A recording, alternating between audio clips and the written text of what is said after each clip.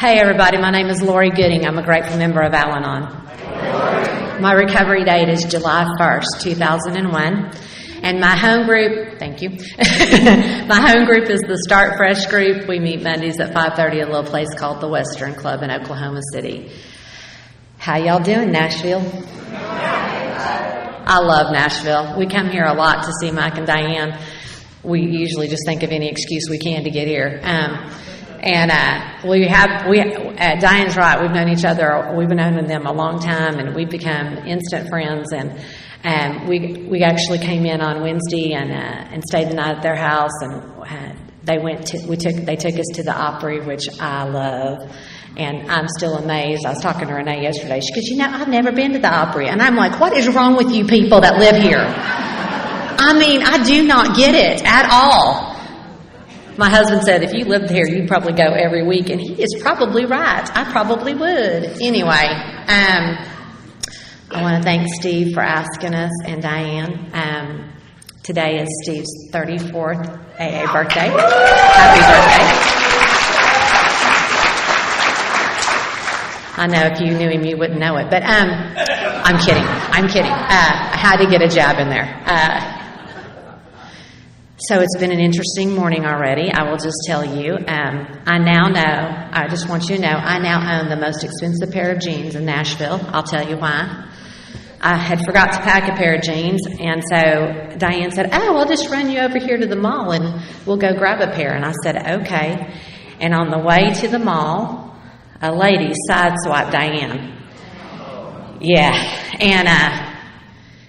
And we pulled, first thing I did, snap that tag number, by the way. And we pull up next to her and we ask her to pull over, and she just she can't see us. She just ignores us and just keeps going. Yeah. And I'm going to tell you, because that happened, I hadn't thought about this talk one time. I'm just going to tell you. I have not. I have been focused on that. While I was getting ready, I was thinking about this, though. I know that Al-Anon works, and I'll tell you why. Had this been 20-some-odd years ago, I would have been chasing that woman down on the phone with the cops saying, you better get to her before me. I'm just saying. And we did not need to do that, did we, Diane? We did not. Anyway, so I'm glad to be here. I really am. I'm going to be really glad in about an hour. So let's get this over with.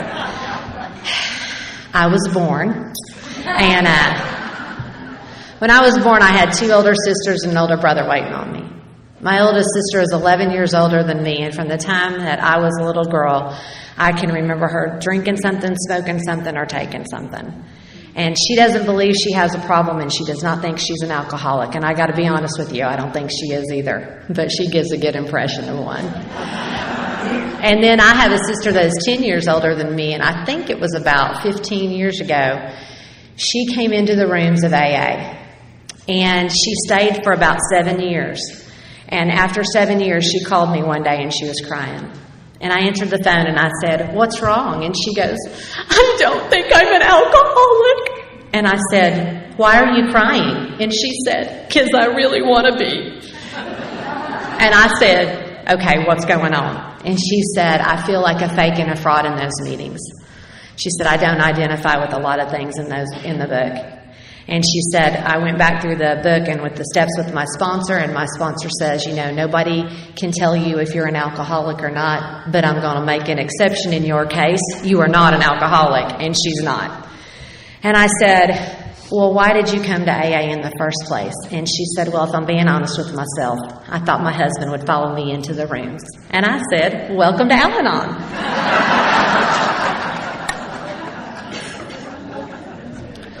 My brother was 6 years older than me, and 4 years ago, he died of this disease.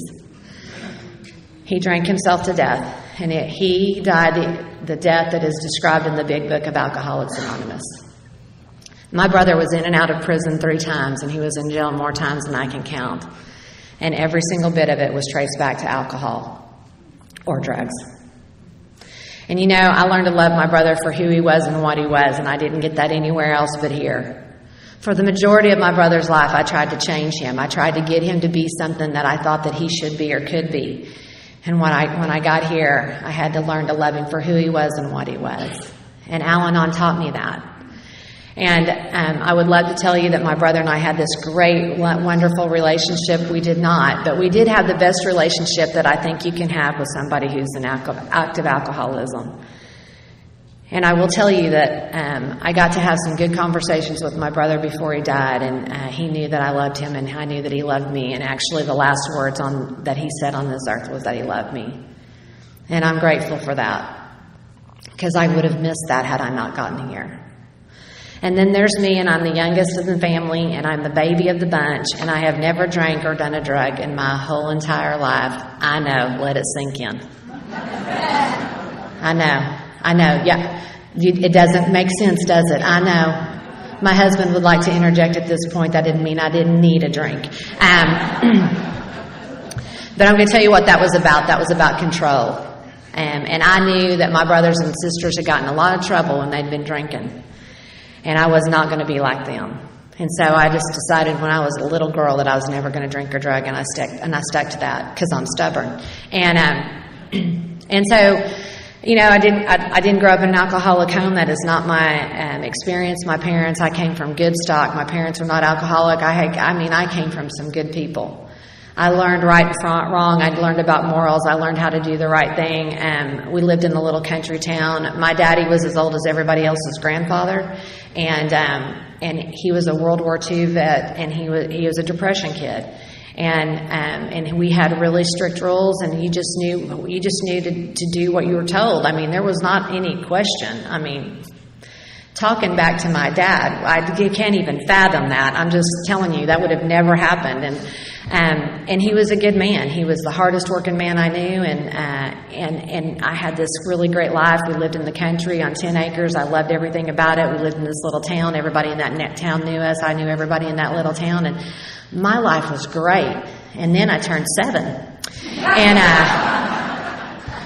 and when I turned 7, my parents got a divorce.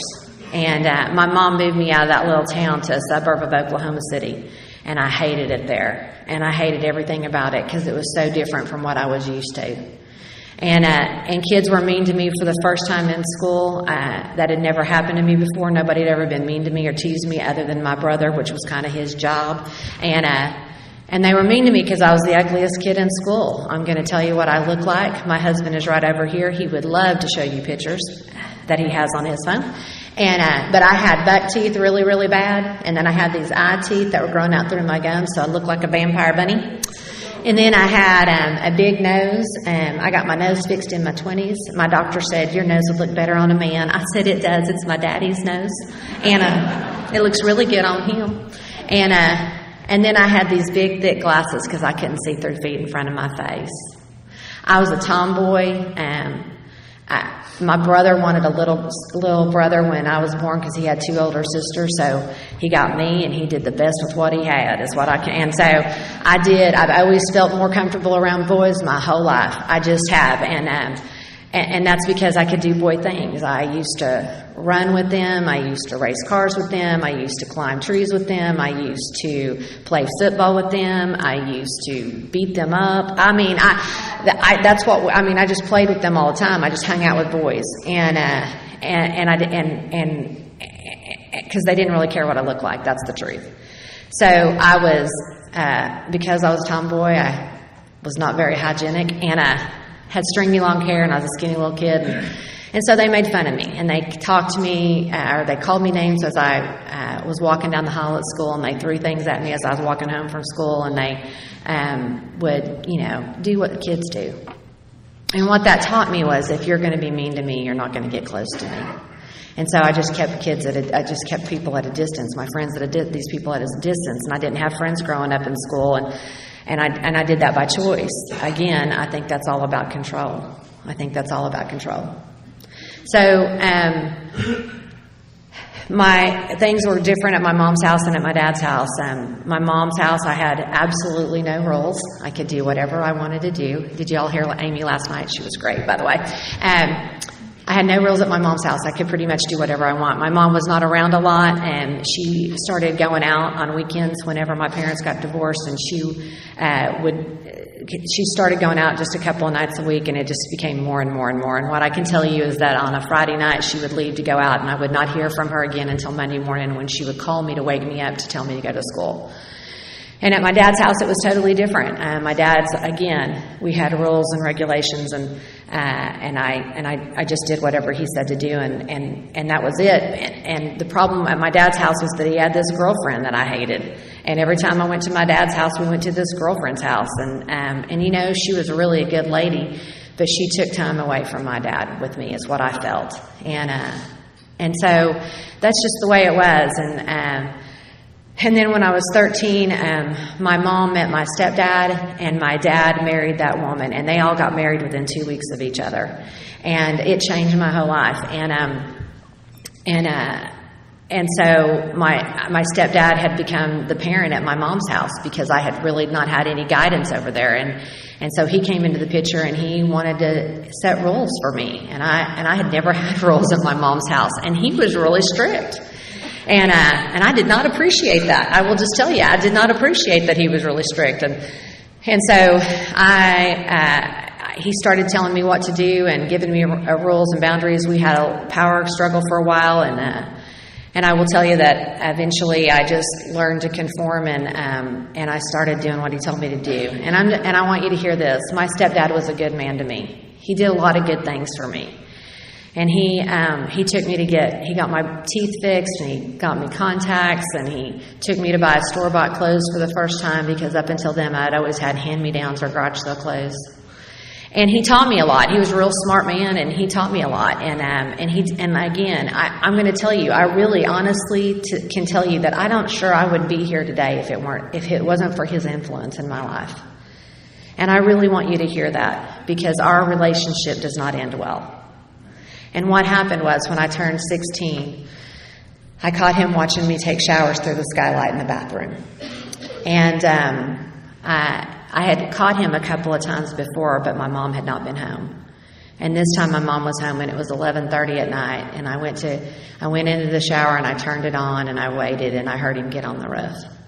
And I went and got my mom, and she came out into the kitchen, and heard him get down off the roof and come in the back door.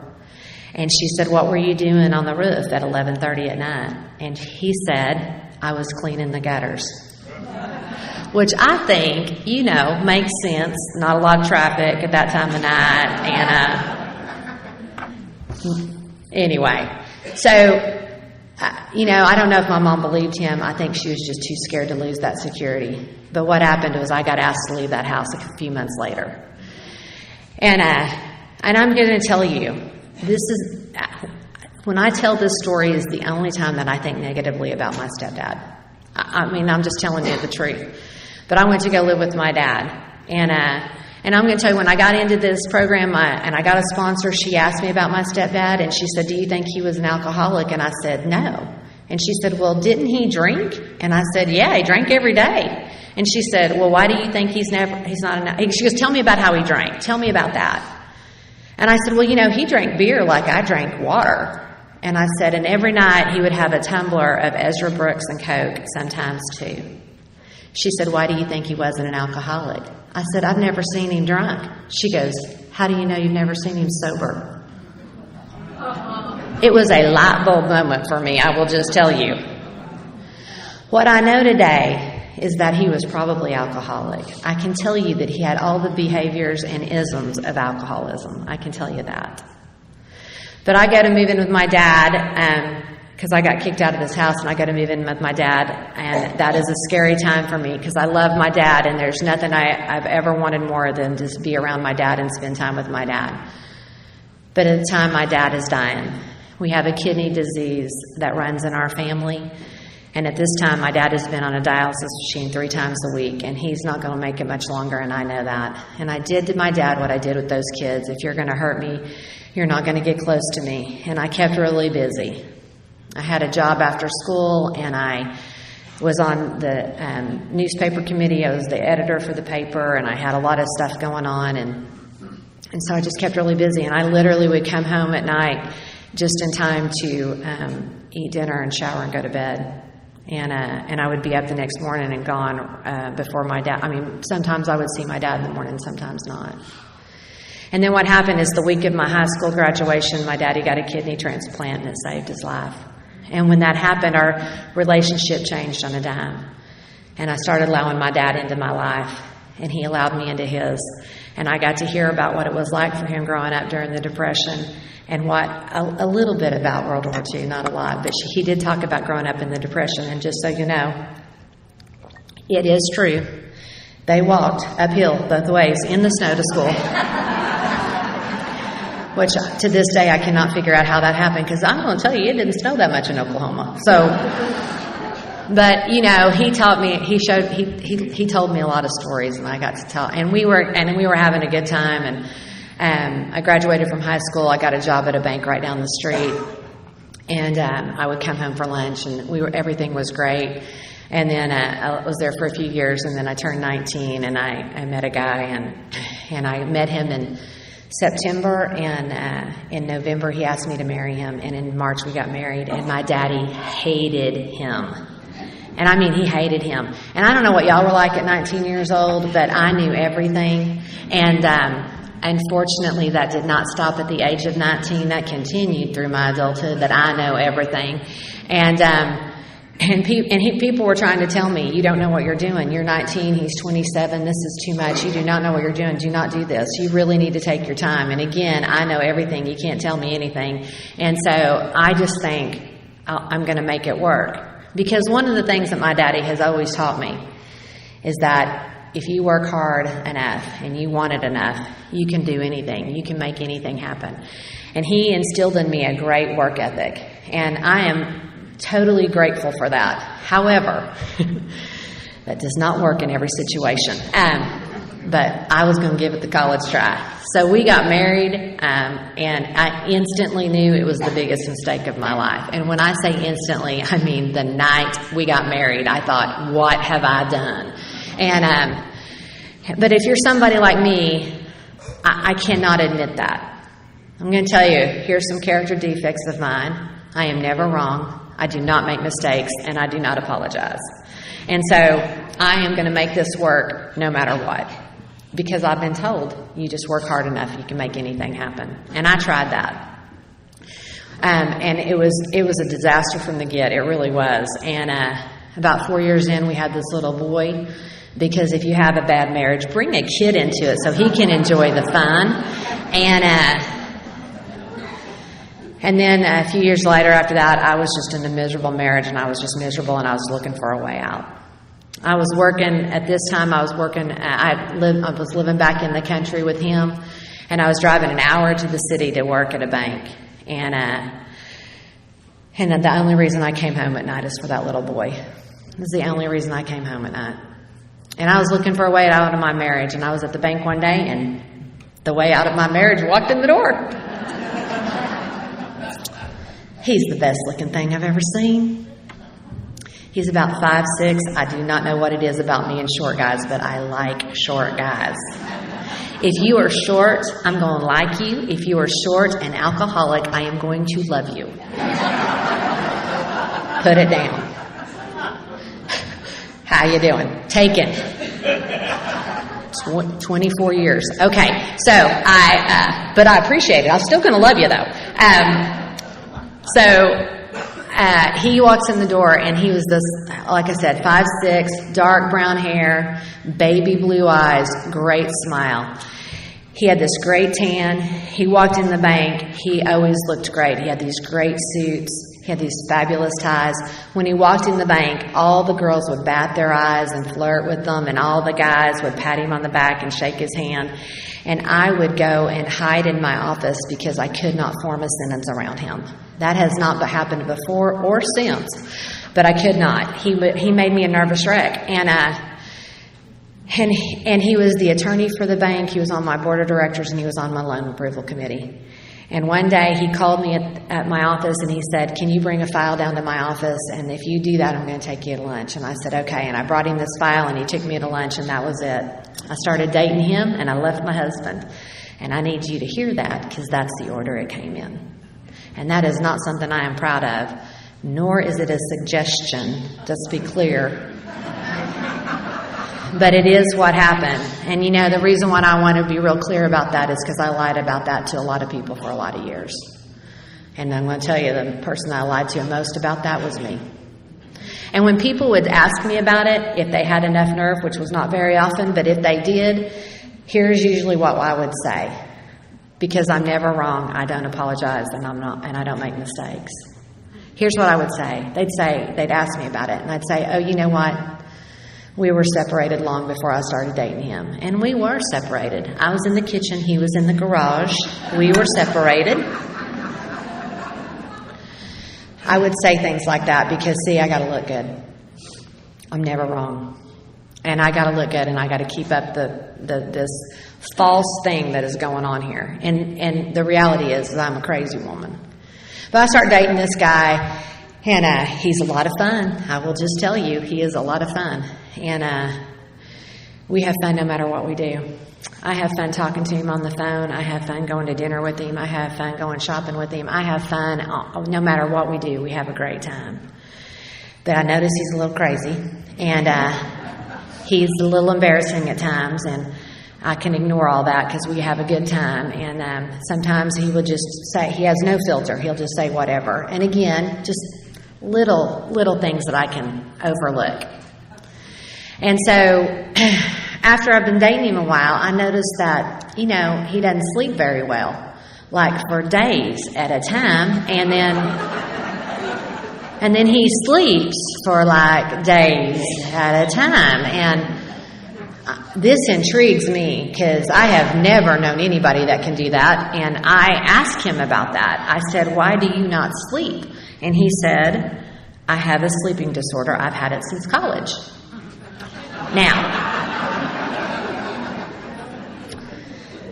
Now, if you say that to somebody who is normal, they might think, okay, whatever, or they might think some other things. I don't know.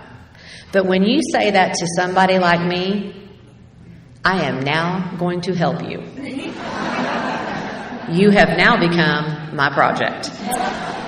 And so I said to him, that's not normal. You need to go see a doctor about that. And he said, oh, I've seen doctors and they've done sleep studies and they can't figure it out.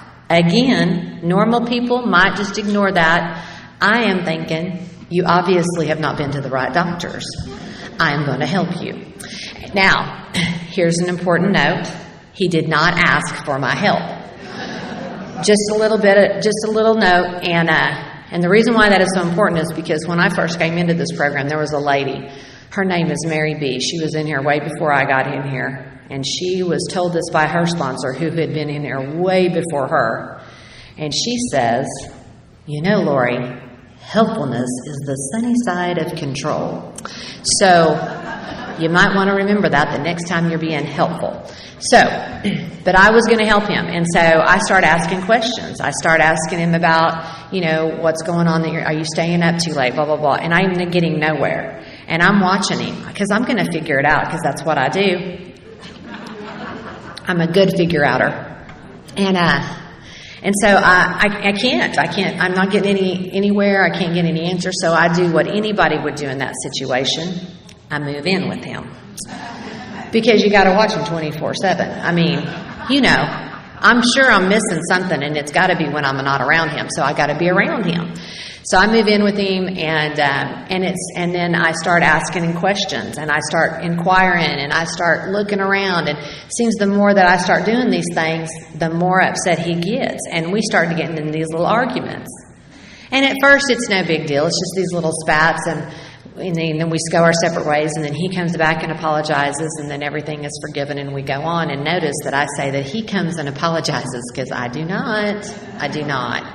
And that goes on for a while, and then it starts getting worse. I'm still not figuring it out, and I'm watching him, and I'm asking him questions, and I'm trying to figure it out, and then we start getting in these arguments, and now they're more heated, and again, he still comes and apologizes, and we still are getting forgiven, and then we go on about our day, but they're now becoming more regular, and they're becoming a little bit more heated, and one time we got in this fight, and it was pretty big, and I left, and I took my stuff and I left, and I went back to my apartment because you have to have your apartment because you have to have a backup plan until it's solid. So I kept my apartment.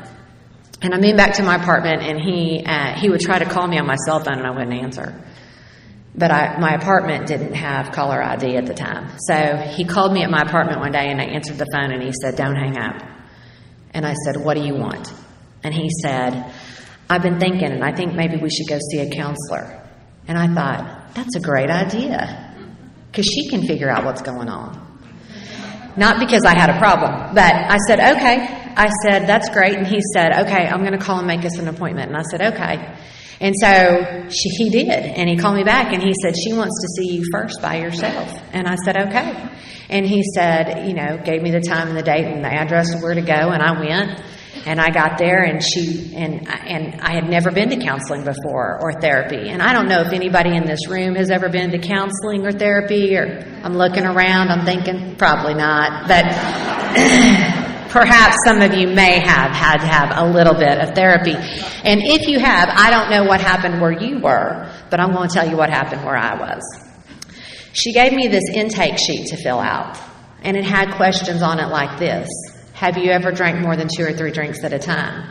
Have you ever abused prescription drugs? Have you ever taken illegal drugs? Have you ever had more than 2 sexual partners at a time? Have you ever dressed promiscuously to get attention? Now, I am checking no as fast as I can check no on this form, thinking, who comes in here? I mean, I just need a little relationship advice. What is all this?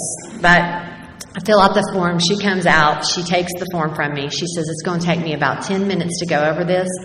And then I'm going to come back in, and I'm going to get you, and we're going to talk. And I said, okay, great. And I promise you, she barely walked into her office with that piece of paper before she turned right back around and looked at me, and she said, well, the only thing sick about you is that you're dating Cliff Gooding. Let's talk about that.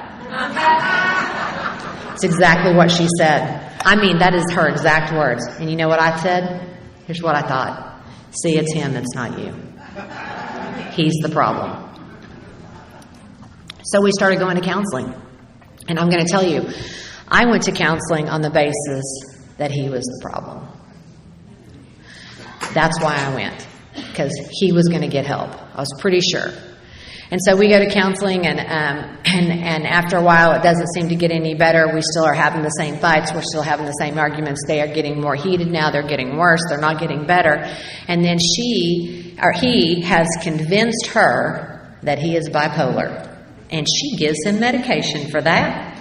And so now there's an excuse.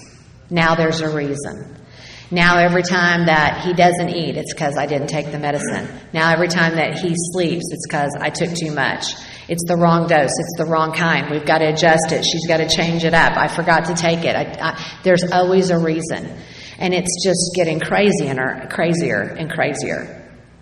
And so we're going to this counselor. We're fighting more than we've ever fought, and now it's getting really heated and really bad. And I'm thinking, this is never going to get any better.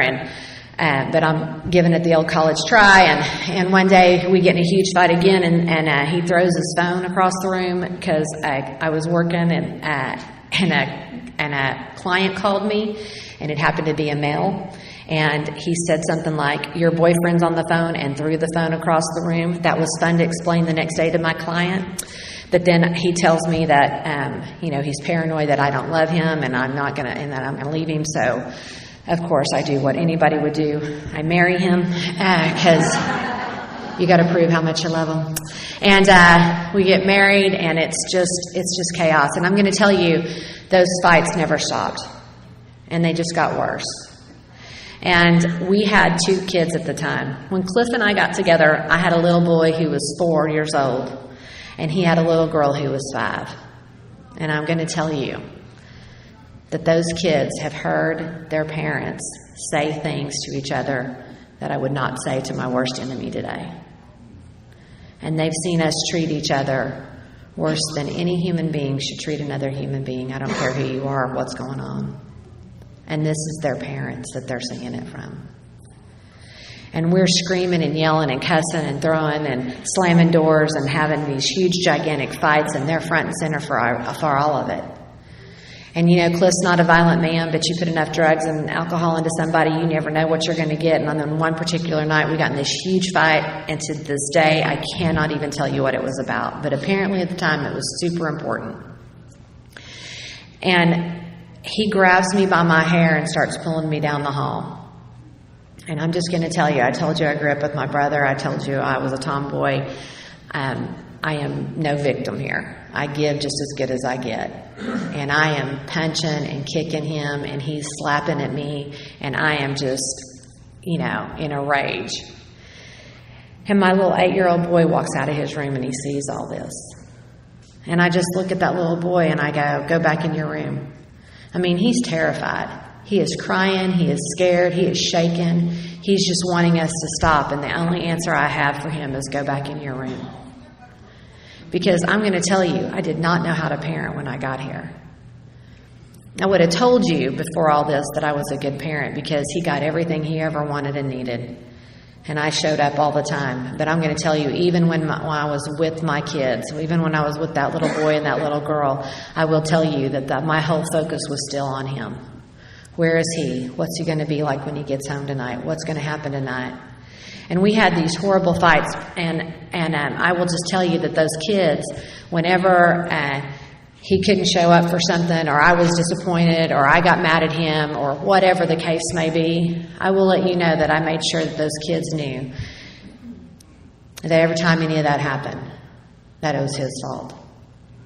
I wouldn't be in this mood I am today if it wasn't for him. I wouldn't be like this if he would have shown up and done what he was supposed to do. And I did everything I could to turn those kids against their own dad. Because that's where alcoholism took me. So we're fighting and screaming, and we're back at the counselor's office, and she finally can't do anything else with us. She's had enough of us, and she sends us to somebody else. And we go to this lady, and I think it was probably visit 3 that she had figured out what was going on. And so we came in, and once again, we're having these horrible fights, and once again, I'm at the end of my rope, and she said, here's what we're going to do. I'm going to write you a prescription for tranquilizers. I want you to give him one at 6 o'clock. If he's not in sleep by 10, I want you to give him another one, and then I want you to go to bed. And so that's exactly what I did. I gave him one at 6, I gave him another one at 10, and I went to bed. I got up the next morning and he was not in bed with me, and I'm going to tell you at this time in our marriage that is not an uncommon occurrence. Most of the times when I wake up in the morning, he's either in the couch in the living room or he's in our guest room on the other side of the house. On this particular morning, he was in the guest room on the other side of the house. And I went to open the door to wake him up, and he had barricaded the door shut with a love seat, and the other door leading in from the bathroom was locked. This was a new development. That had not ever happened before. But if you're an untreated Al-Anon of my type, a love seat is no barrier for people like us. I will just tell you, if there is an alcoholic involved and we need to get them, we can find you and retrieve you without a problem. I mean, you can be in the middle of Fort Knox and we will get you out. I think it's a gift. I'm pretty sure I think it's in our DNA. I really do. And I'm convinced to this day, if you would have told a bunch of untreated Al-Anons that Osama bin Laden was a drunk and his family needed him at home, there would have been no need for military action.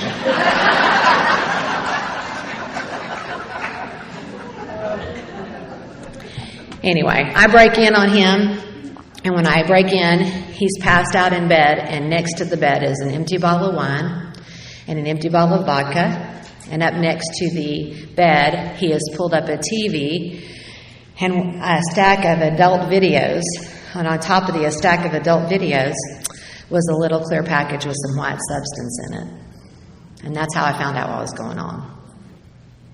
I hit him as hard as I could hit another human being, and he bolted up out of that bed, and I shook that packet at him, and I said, "What the heck is this?" Those were not my exact words, but I'm at a podium. And he looked at that package, and he looked back at me, and he goes, "I don't know."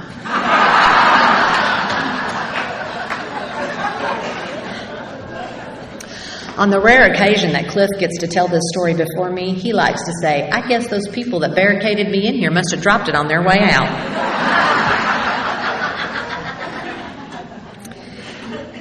This may surprise you, but another fight ensued. And I've told him to leave the house, and he did. But he came back a couple hours later. And I said, what are you doing here? And he said, it's my house. And I said, not today.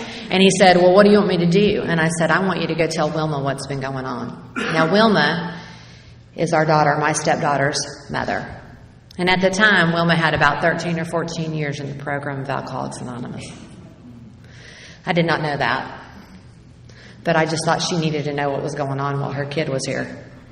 And so he left, and he came back a couple hours later. And he said, and I said, what are you doing here? And he said, I live here. And I said, not today. And he said, no, I did what you asked me to do. I went and told Wilma. And she took me to a meeting, and we're going to do 90 meetings in 90 days. I had no idea what that meant, and I did not care. And I said, I don't care, you're not staying here. And he said, okay, and he left. And I called Wilma. And I wish I could tell you that I called Wilma because she had 13 or 14 years in the program of Alcoholics Anonymous, and she was going to give me some wisdom. But I called Wilma to check up on him. Just to check up on him. To see if he had lied to me. And I said, did he tell you what he's been doing? And she said, yeah, and we went to a meeting. We're going to do 90 meetings in 90 days. Still didn't know, still didn't care. I said, that's great. What do I do? And she said, would you be willing to go to a meeting with me tomorrow? And I said, yes. And I'm going to tell you why I said yes. Not because I had a problem. Not because there was anything wrong with me. I said yes because I tried almost everything I could possibly think of to get that man to do and act the way that I thought he should do and act. And I was pretty much out of ideas. The only idea I had left is I was going to kill him. I mean, I have researched it. I'm just telling you. And I knew how I was going to do it. I knew how I was going to get away with it. I was going to kill him. And I'm just going to tell you, one of the worst things that can happen for untreated Al-Anons of my type is for us to watch too many episodes of Forensic Files and 48 Hours Mysteries. Dateline is my friend. I'm just saying. And so she asked me to go to a meeting, and I thought, okay, I'll go to a meeting. Murder will be a backup plan. And she took me to my very first meeting of Al-Anon, and she took me to my second meeting, and she took me to my third meeting. And I have no idea how you guys got to your first meeting and to your program, but I got here with the ex-wife. And I started going to Al-Anon.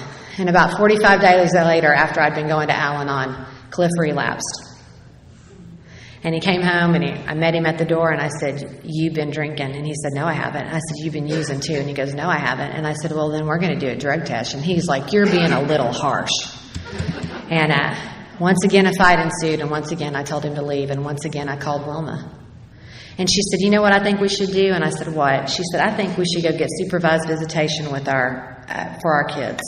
And I thought, that's a great idea.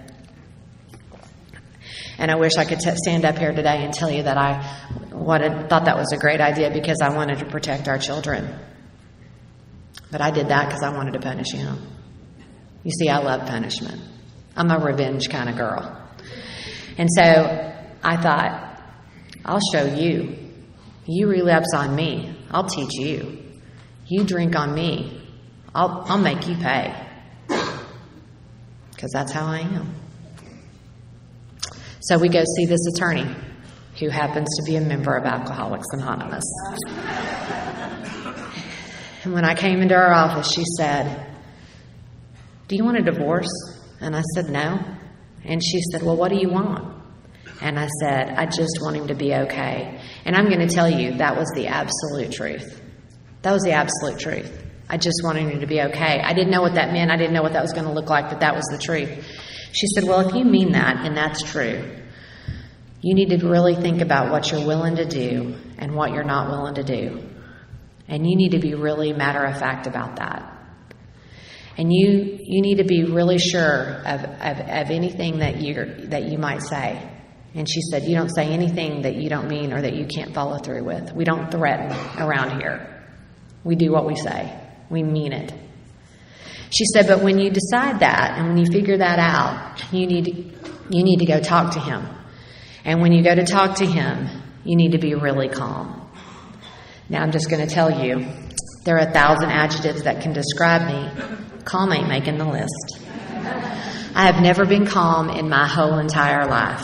I don't even know, I've never even been around calm. I don't even know what calm is. I thrive in crisis and chaos. If you're in a crisis and a chaos situation, I am your girl. That is my wheelhouse. I can figure it out. We have a solution, I promise you. But I don't know what to do with calm. I've never been calm. I don't even know how to get to calm.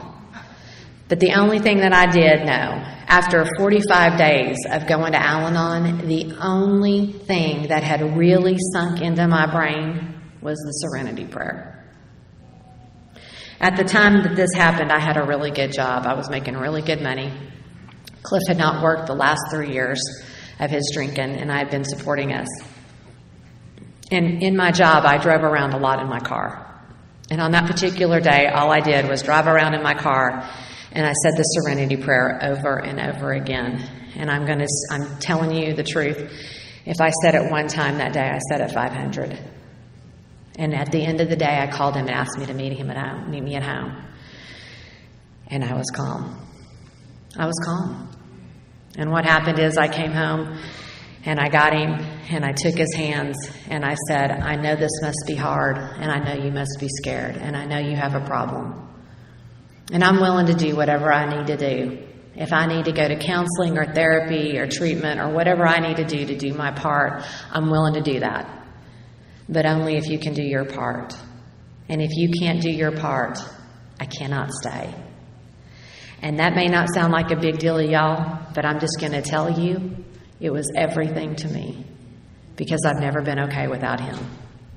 And it doesn't matter if it was him, or the him before him, or the him before him. I've always had to have a man in my life to make me feel good about me. And at the particular time when I said that, after saying that Serenity Prayer over and over again, and having that peace and calm come about me, I knew no matter what he said, I was going to be okay. I knew it in my heart, in my soul, and in my gut. I knew if he said, screw you, I'm going to keep doing what I'm doing, and if you don't like it, you can leave, I knew I was going to be okay. But that's not what he said. He said, you're right. I do have a problem, and I am scared. And I said, well, what are you going to do different? Because I knew he'd been going to AA. And he said, I'm going to go to a meeting tomorrow, and I'm going to ask a man to sponsor me. And I'm going to do whatever he tells me to do. And I don't know why, but I knew he meant it. And I knew something had changed in him. And I can't explain that. I just knew that there was something there. Now, I didn't trust it completely because that's about me. But I could tell there was something different about him. And I want you to know that he got up the next day and he went to that meeting and he asked that man to sponsor him. And he's been sober ever since.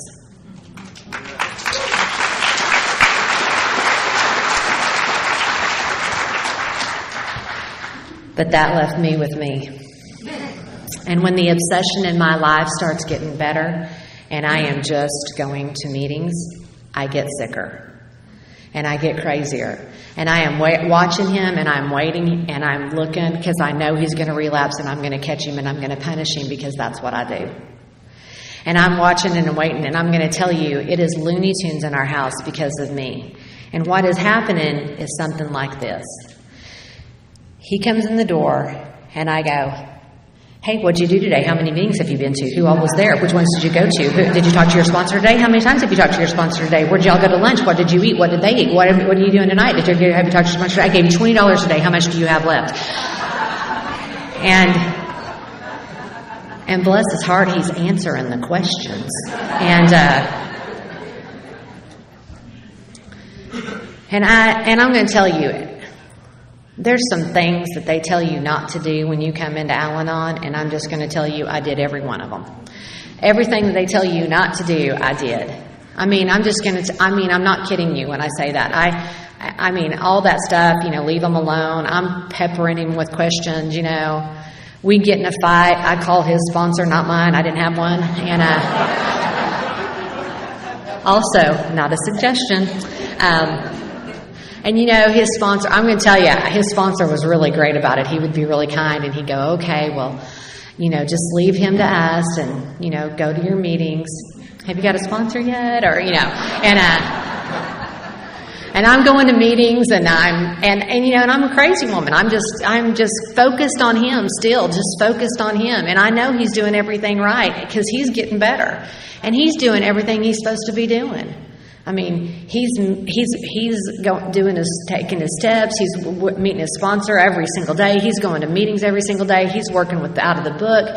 He's taking meetings to treatment centers. He's talking to newcomers. He's doing everything he's supposed to be doing, and I am just solely focused on him. And I am a crazy woman, and I am going to meetings, and I am sharing about this. And one of the things I love about Al-Anon, one of the many things I love about Al-Anon, is that when you first come to Al-Anon, they know. I mean, they know where you are, and they know that this is the very first place you can come where you can talk about all this, and it's safe. Because, right, Gordon? Because they know, because they've been there. And so they really just let you talk. If they call on you, they just let you talk.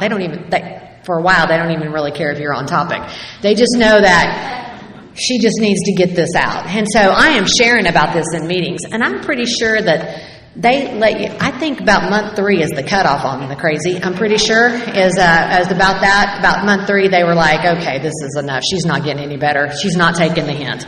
And, I'm sharing about this, and I'm just jabbering, and they're like going, keep coming back. And finally one day somebody goes, my God, do you have a sponsor? And I was like, oh, probably should get one of those. And there was a lady that I went to 3 meetings a week with. And every time that she shared, I thought she was talking to me. And there was a point, I'm not kidding you, I thought she was clairvoyant. I really thought she could read my mind. Because I would have something happen that morning or that day, and I would go in and I'd go to the meeting, and she would talk about that thing. And I was like, how does she know? I really did. But she also everything that she said, I just absolutely not only identified but loved.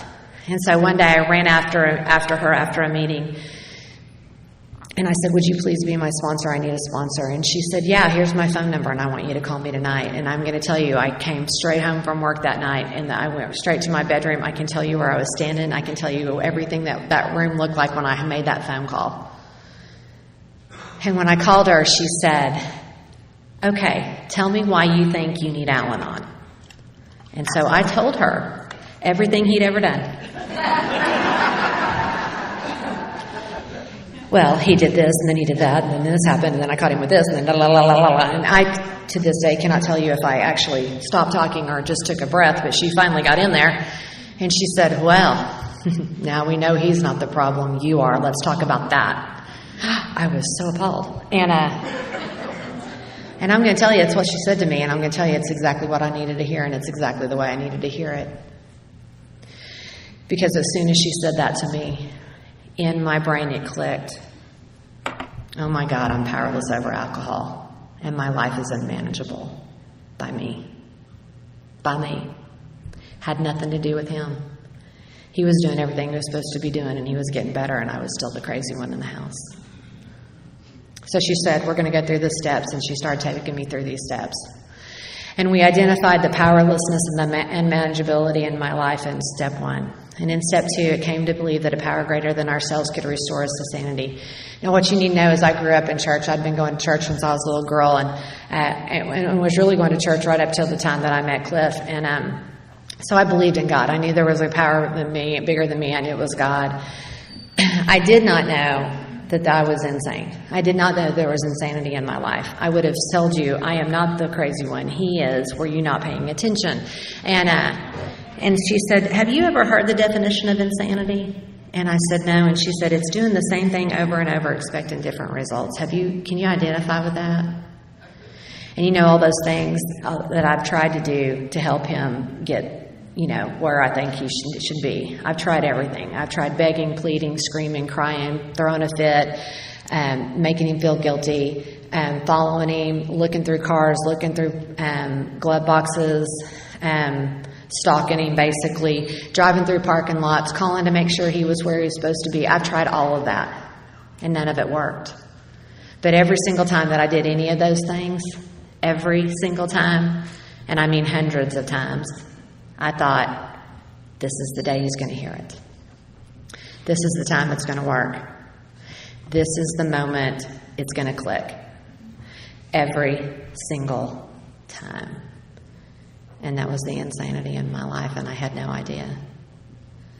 And then we got to step 3.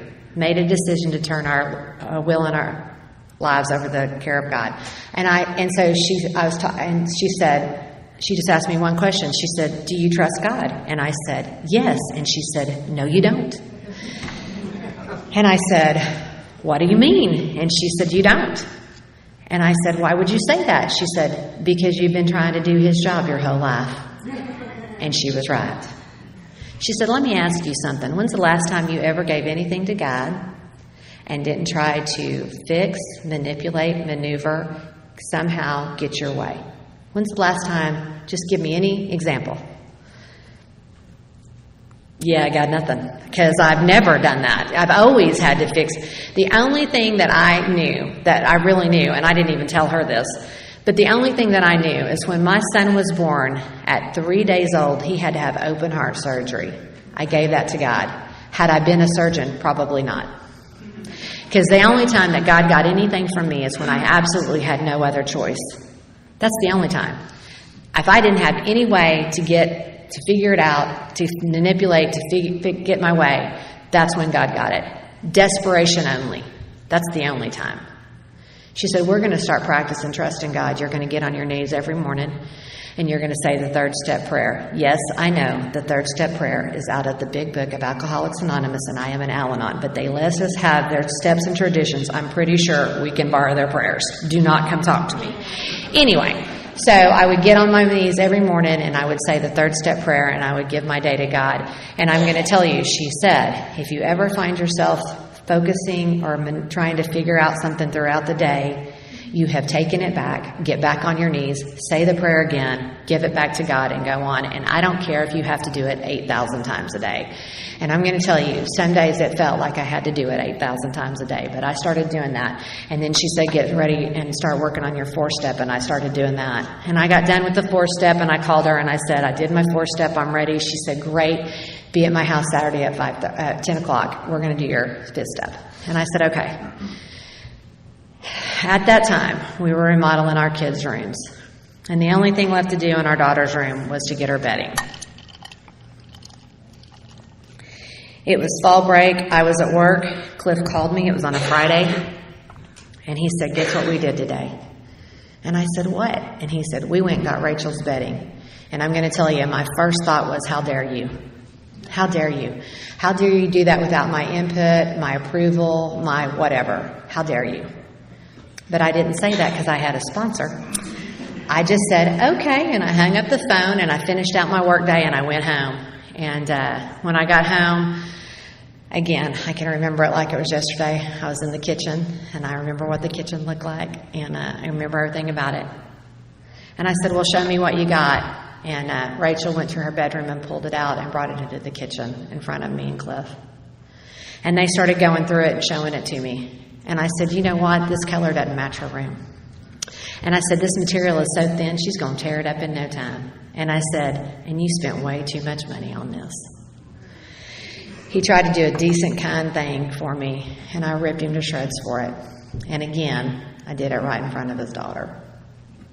And the next day I got up and I took that stuff and I threw it in the trunk of my car because I was going to take it back because I know better. And I went to go do my 5th step with my sponsor. And I got to her house. We had started. We had not gotten very far into my 5th step before she stopped me to go get something to drink, and she came back. And she said, listen, is there something that might have happened that is not on this 4th step that you want to talk about? And I thought, oh my God, he called her. And I said, yes. And she said, what is it? And I told her about the bedding. And she said, do you know what you did when you did that? And I said, yes, once again, I had to be right, and I had to have my way, and I had to be in control. And she said, oh, no, that's not what you did. When you told her that color didn't match her room, you told her her opinion did not matter. And when you told her that That material was so thin she'd tear it up in no time. You let her know that no matter what decision she made for the rest of her life, you would always know better than her. And when you told her that it was too expensive, you told her she wasn't worth it. You see, those are the exact nature of my wrongs. It is not the big stuff that I can see. It is not the controlling and the having to be right and all that, although those are horrible in itself. It's the little damaging things that I do to everybody every single day of my life because I have the audacity and the arrogance to think that I know what is best for you and that I'm right and that if you all would just listen to me and do what I say, we would all get along so much better. And because of that, I treat you like you don't know what you're doing, like you are not smart, like the messages that I give to people. And the damage that I do is deep. And I do it to the people that I love the most and who are affected the most.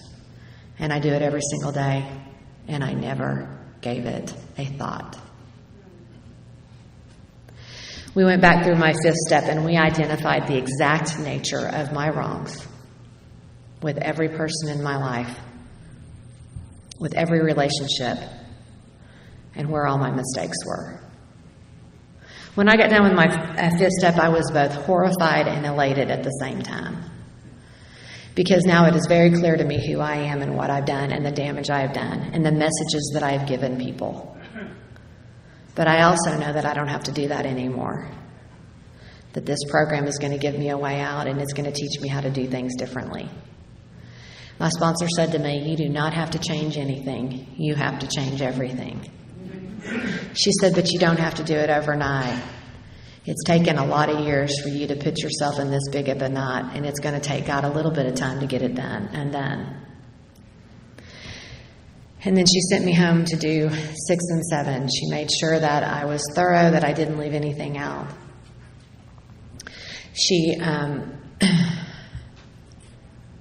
We made a list of my character defects. We went over those, identified those.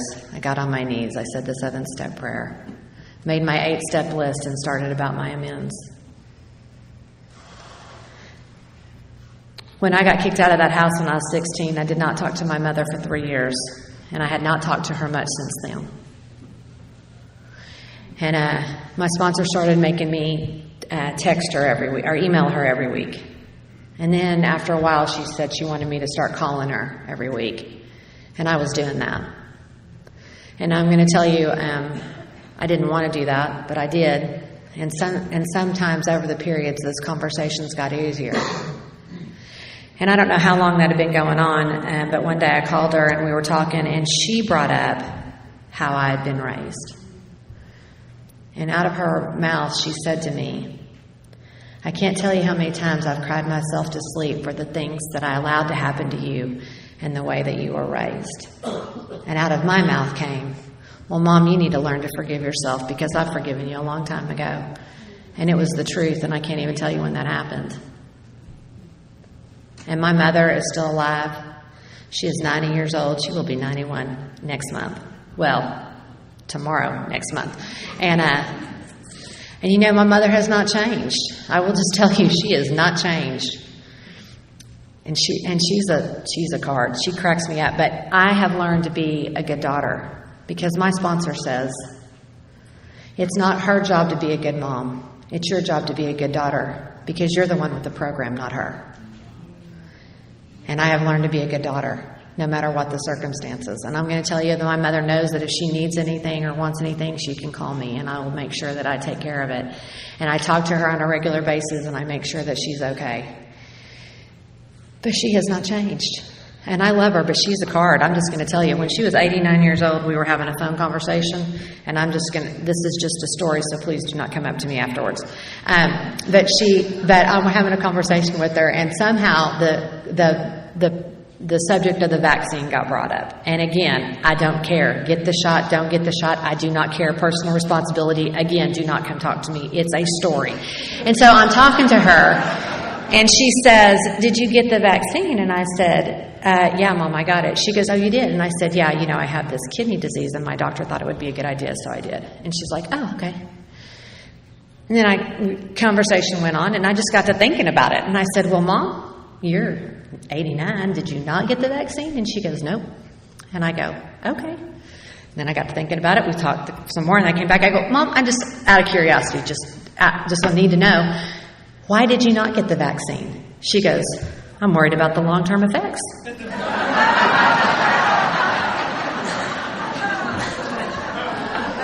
I kind of like her outlook, I'm just saying.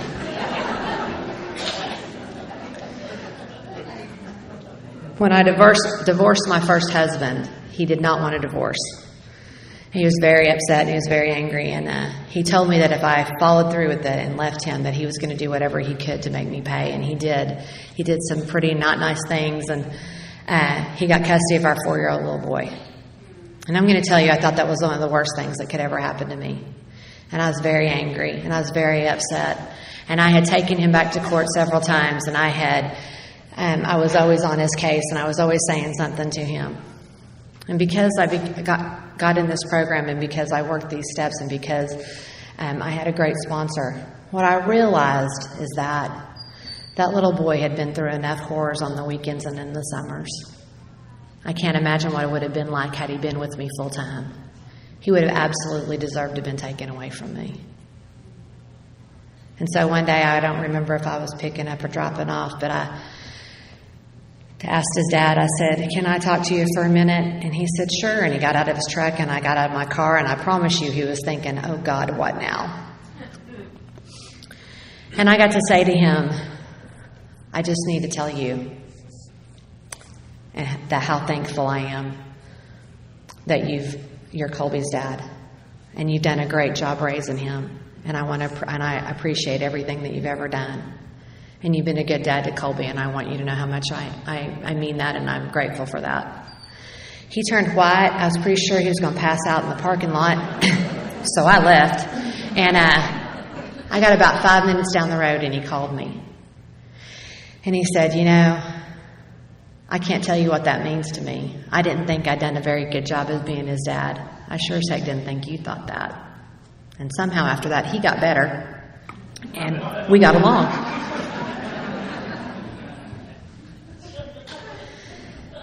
My dad died a month before I got into this program. And I'm really grateful that God saw fit that I didn't have any unfinished business with my dad, because I know that that's not everybody's case. But I was a good daughter to my dad. I really was. I said everything that I needed to say to my dad. I had done everything that I could possibly do for my dad. And we left on good terms. At the time that my dad died, I was having dinner at his house every single Wednesday night with him and that woman that I used to hate. That woman became the mom that I always wanted. And my stepmom and my dad and I had dinner every Wednesday night with my son. And after my dad died, my stepmom asked me, she said, are you still going to come out Wednesday night for dinner? And I said, yeah. And she said, oh, I'm so glad. I was afraid that you wouldn't. And I'm thinking, it's a free home-cooked meal. And so we did that. And after my dad had been gone about 5 years, I was continuing to do that. And one day, she met another man. And his name is Herschel. And my stepmom is about 5'11", and she has white, short hair, and she's tall, and she's strong as an ox. And you guys will appreciate this if you know, which I'm sure you do, the former women's Tennessee coach, basketball coach, Pat Summitt. I'm sure you've heard of her. She looks like her. And so my stepmom said, listen, I really want you to meet Herschel, and he's going to come to dinner next Wednesday night. And I said, okay. And she said, but I need to tell you something. And I said, what? She said, he's only about 5'6". I said, Mom, you may not have noticed, but I'm okay with that. And sure enough, I meet Herschel. Herschel's 5'6". He's got dark brown hair, baby blue eyes, great tan, super smile. I love him to death. Sweetest man ever. And a few months after that, I was with my stepmom, and I said, I never thought that you'd get married again, but I could see you marrying Herschel. And she goes, I could too. And literally a couple of months after that, she called me one day, and she said, I need to talk to you. And I said, you're getting married again, aren't you? And she said, not if you're not ready. I know. She said, I know how much your daddy meant to you. And if this is too much or if this is too soon, I can wait. I know, isn't that the sweetest? I said, Mom, don't ever give me that much power again. I said, my daddy would have loved Herschel, and he would not want you to be alone. And so a few months, so they got married right after that. And about 5 years later, my stepmom got sick, and she'd never been sick a day in her life. And she got sick, and she went to the emergency room, and we found out that she had organized pneumonia in her lungs. And she was in the hospital for like 10 days, and then she got to go home. And this was like in end of September, 1st of October. And then in November, she had to go back, and then she came back home. And then in December, she had to go back, and she came back home. And then she went again in January. And I went to go see her at the hospital, and it was a Monday. And I'd been there for about, 2 or 3 hours. And it was 5 o'clock, and she said, don't you have a meeting to go to? Because she had met you. And she had been to hear me speak, and she had heard Cliff speak, and she loved AA and Al-Anon. She had seen the changes in us, and she had seen the people that we became because of you.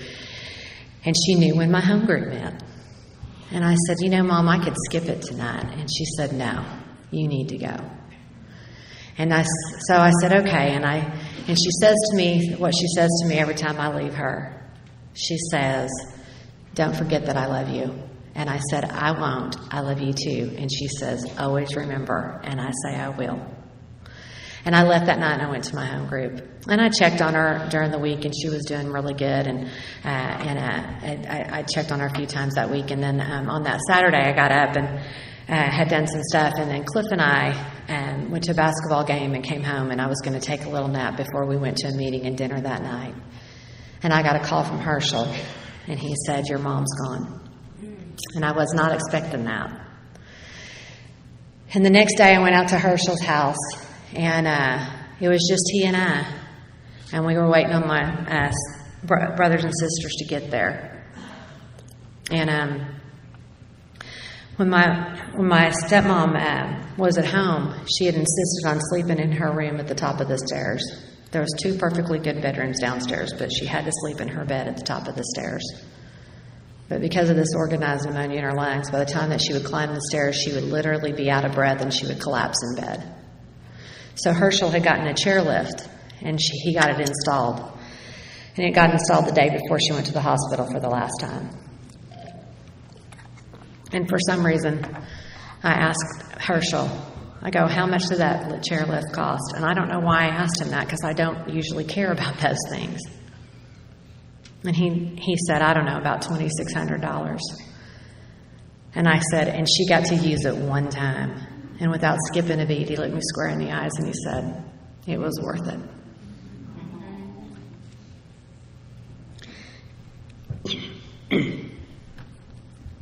And that taught me this. No matter what's happened to me in my life, no matter what pain I have caused others, and no matter what pain has been done to me, if it got me to you, it was worth it.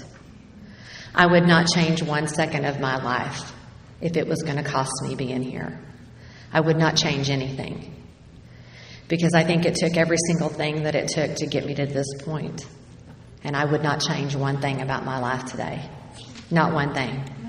Not that I have a perfect life and not that bad things don't happen. That still happens. But I would not change anything, because it gave me the life that I have today. I'm the person that I am today because of this program and the God of my understanding.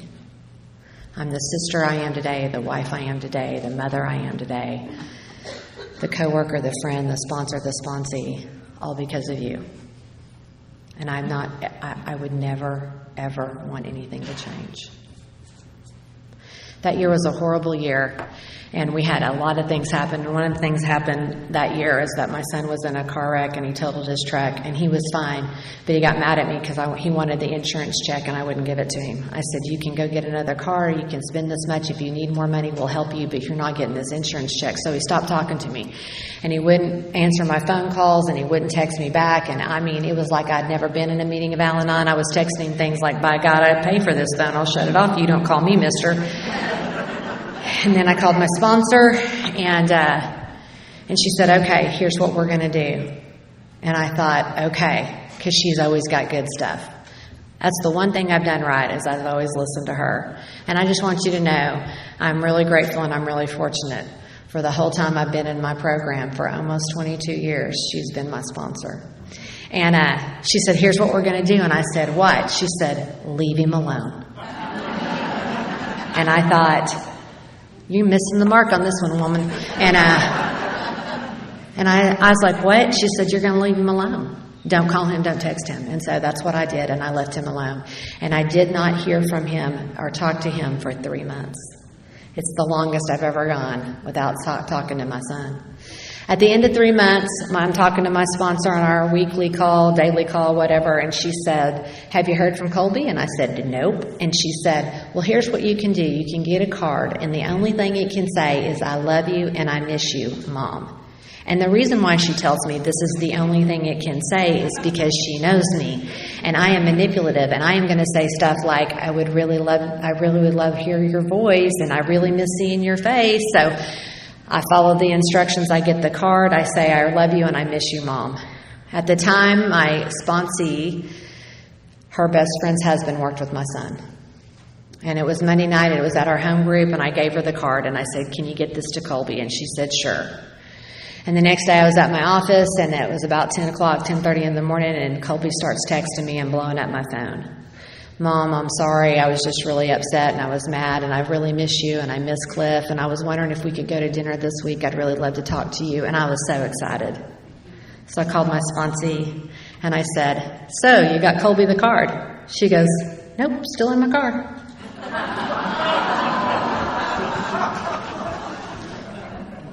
I'm supposed to show up, follow instructions, and get out of the way. And God takes care of the rest. And He always takes care of the rest. And I don't know why sometimes I forget that. When my son was 26, he joined the Army and he didn't tell me. And I don't mean that he went to the recruiter stations and then came home and said, guess what, Mom? I mean he was in boot camp when I found out. I'd been calling his phone. It kept going to voicemail. At first I thought he was on a camping trip, but then it went a few more days and I knew something was up, and I called his dad. And I said, did Colby join the Army? And he said, yeah. And the reason why I asked him that question is because I'd been on Facebook and I'd found this post that he had made to a secret group that I am not a part of. And I might have been doing a little investigating, but that's beside the point. That had said that he had joined the Army.